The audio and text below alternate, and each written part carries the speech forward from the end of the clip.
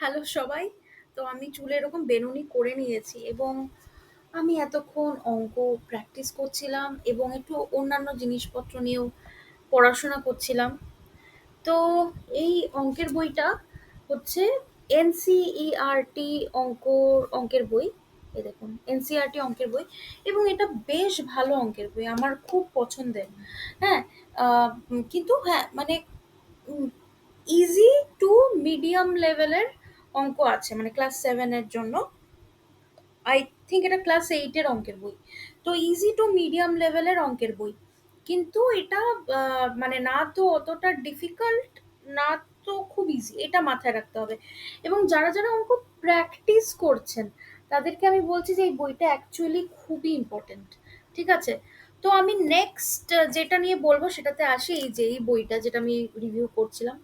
তো বইটা মোটামুটি আমার পড়া হয়ে গেছে। আমি এটার একটা জাস্ট একটা শর্ট দিয়ে দিচ্ছি যে এখানে কয়েকজন ছেলে মেয়ে আছে যারা আহ, মানে যারা খুঁজে বার করে যে ওরা যেখানে, মানে বেসিক্যালি এনিড ব্লাইটনের লেখা যে কোনো বই এই ধরনেরই হয়।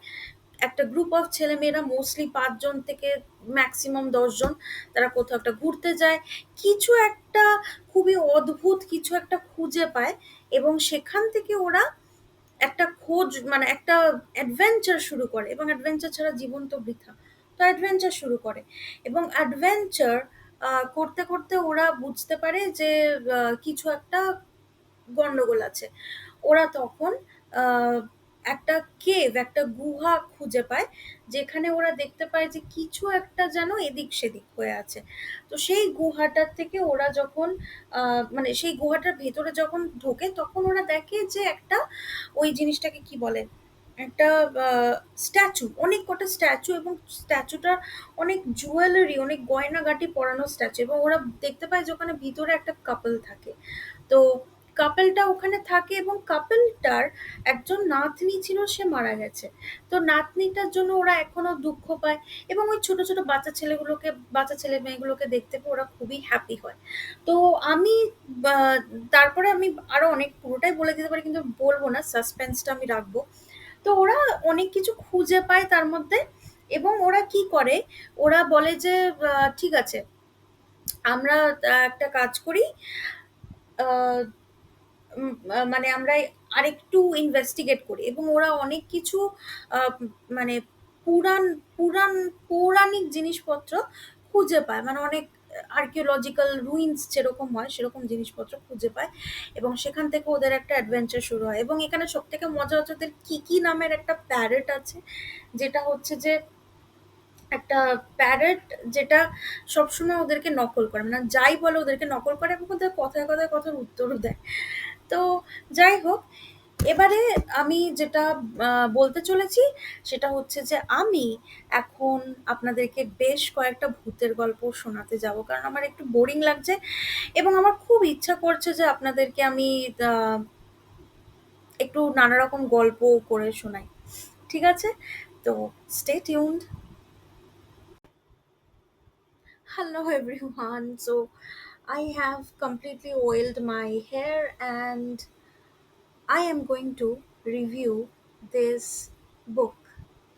So this book is a short adventure book. It's a very light read because I was extremely occupied. I kept on, like taking a lot of time to complete the book. Now, the thing is that, as always with many other Enid Blyton books, there are a group of people, some students, who really needed to go on an adventure. And of course, as always with Enid Blyton's books, they came across this cave that had a lot of statues, and these statues were uh, filled with jewelry, and inside a couple is living. So here you need to like focus on the descriptions. It feels like you are right there, the way Enid Blyton has described it. It feels like you are right there. I'm having my milk,